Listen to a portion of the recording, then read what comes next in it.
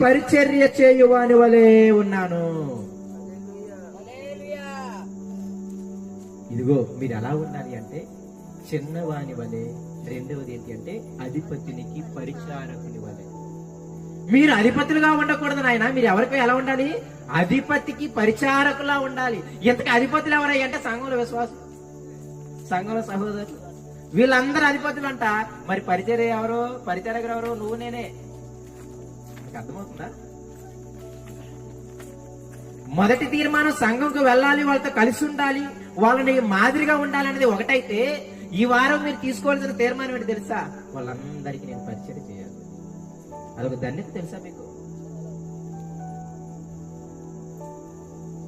అని చాలా క్లియర్ గా చెప్తున్నాడు.